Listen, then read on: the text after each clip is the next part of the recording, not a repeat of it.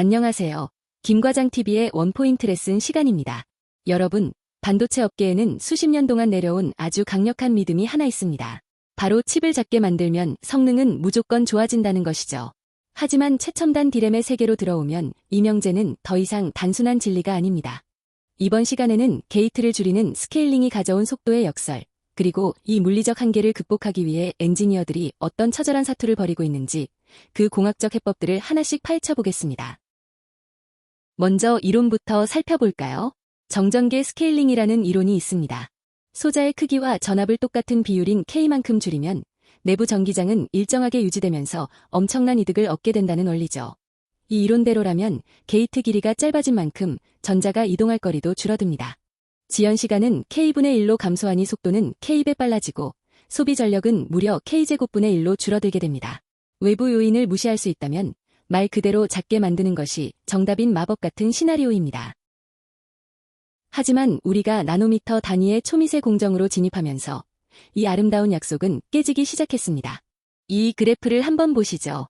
점선으로 표시된 이론적 속도는 계속 치솟지만 실선인 실제 속도는 어느 지점부터 힘을 잃고 누워버립니다. 배선 지연, 누설 전류, 그리고 정전 용량의 감소라는 물리학의 반격이 시작된 것이죠. 이제 단순히 깎고 줄이는 것만으로는 더 이상 속도를 보장할 수 없는 시대가 된 겁니다. 속도를 가로막는 첫 번째 빌런은 바로 RC 지연입니다. 스케일링으로 배선 폭이 줄어들면 저항R은 K배로 늘어납니다. 게다가 배선 사이 간격이 너무 좁아지다 보니 옆차선 신호와 간섭을 일으키는 기생 커패시턴스 문제까지 심각해지죠. 실제로 전체 액세스 타임이 23%가 이 배선 저항 때문에 낭비되고 있습니다. 트랜지스터 엔진이 아무리 좋아도 도로가 너무 좁고 막혀서 신호가 제때 도착하지 못하는 상황인 겁니다. 두 번째 빌런은 단채널 효과입니다. 게이트 길이가 너무 짧아지면 게이트가 채널의 전자를 통제하는 힘을 잃어버립니다. 여기서 디램의 치명적인 약점이 드러나는데요. 연산만 하는 CPU와 달리 디램은 커패시터의 전하를 안전하게 보관해야 합니다. 그런데 스위치를 꺼둔 상태에서도 전자가 줄줄 새어나가니 데이터가 소실될 위험에 처하는 것이죠. 속도를 높이려고 전압을 낮추면 누설 전류는 기하급수적으로 더 폭주하게 됩니다. 전기가 새면 어떻게 해야 할까요? 다시 채워줘야죠. 이걸 리프레시라고 합니다. 문제는 게이트가 작아질수록 누설이 심해져서 이 리프레시를 훨씬 더 자주 해줘야 한다는 겁니다. 그런데 리프레시가 진행되는 동안에는 데이터를 읽거나 쓸 수가 없습니다. 소자가 작아질수록 시스템이 재충전 공사를 하느라 멈춰있는 시간이 늘어나고 결과적으로 우리가 체감하는 실질적인 동작 속도는 오히려 느려지게 됩니다. 커패시터도 딜레머에 빠졌습니다. 스케일링 법칙에 따라 셀 면적이 줄어들면 저장할 수 있는 용량도 급격히 줄어듭니다. 물통이 작아지니 담긴 물의 양도 적고 그 미세한 변화를 감지하기가 훨씬 힘들어지는 것이죠. 감지 증폭기가 이 가냘픈 신호를 정확히 읽어내려고 끙끙대는 동안 시간은 더 지체됩니다. 결국 데이터의 신뢰성을 지키기 위해 우리는 속도라는 값비싼 대가를 치르고 있는 셈입니다. 하지만 공학자들은 포기하지 않았습니다. 첫 번째 해법은 구조를 비트는 것이었습니다. 평면에서는 더 이상 게이트 길이를 늘릴 공간이 없으니 아예 기판을 삽으로 파내듯 홈인 트렌치를 만들었습니다. 이게 바로 알캣 기술입니다. 게이트가 이 홈을 따라 U자형으로 형성되니 겉으로 보이는 면적은 좁아도 실제 전자가 이동하는 유효 채널 길이는 획기적으로 길어지게 됩니다.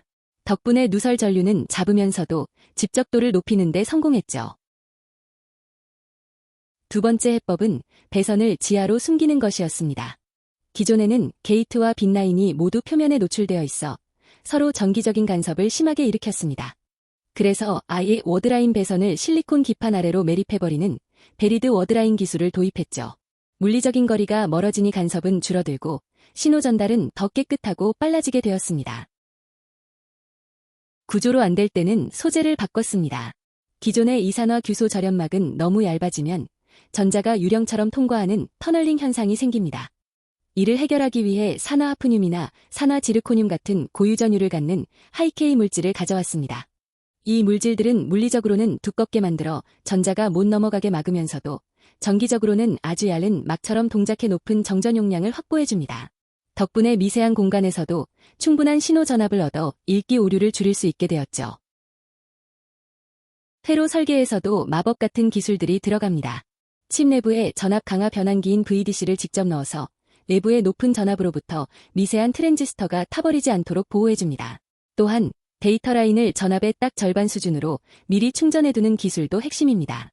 이렇게 0점을 미리 잡아두면 전압이 변할 때 움직이는 폭이 줄어들어 전력은 아끼고 노이즈는 획기적으로 줄어듭니다. 이제 패러다임은 패키징으로 넘어가고 있습니다. 평면에서 게이트를 0.1 나노 줄이려고 애쓰는 것보다 아예 칩을 위로 쌓는 것이 더 빠르다는 것을 깨달은 거죠.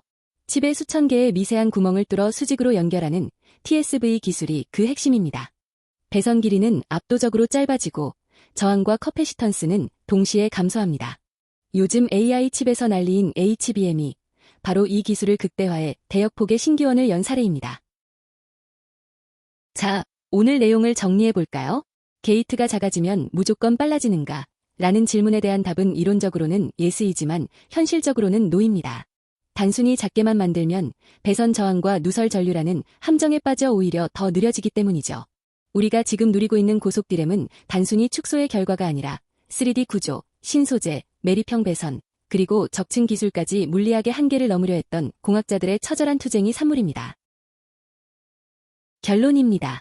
무어의 법칙은 결코 죽지 않았습니다. 다만 그 방법이 바뀌었을 뿐입니다. 과거의 속도 향상이 더 작게 깎는 것에 의존했다면 이제 미래의 속도는 어떻게 쌓고 어떤 새로운 재료를 쓰는가에 달려 있습니다. 디램의 진화는 이제 크기와의 싸움을 넘어 구조와 효율의 싸움으로 진화하고 있습니다. 오늘 원포인트 레슨이 반도체의 미래를 이해하는 데 도움이 되셨길 바랍니다. 구독과 좋아요 부탁드리고요. 다음 시간에 더 유익한 정보로 찾아오겠습니다. 시청해주셔서 감사합니다. 지금까지 김과장TV였습니다.